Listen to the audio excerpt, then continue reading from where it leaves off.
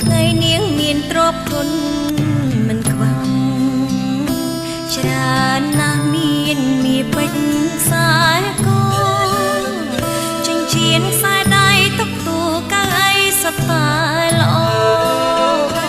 ខ្ញុំកំដរដើរតាមស្រួលស្រកគ្រប់ទី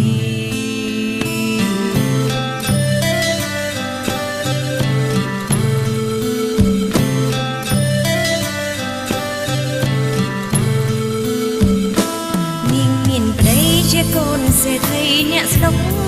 ស្ដំរៀងគាត់ហំពូកែសំដី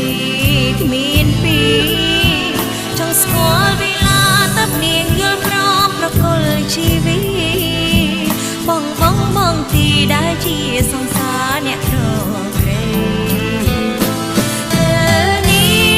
នាងសានឈឺផ្សា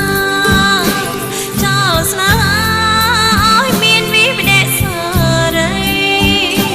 ប្តីក្បត់យកលុយចិញ្ចឹមស្រី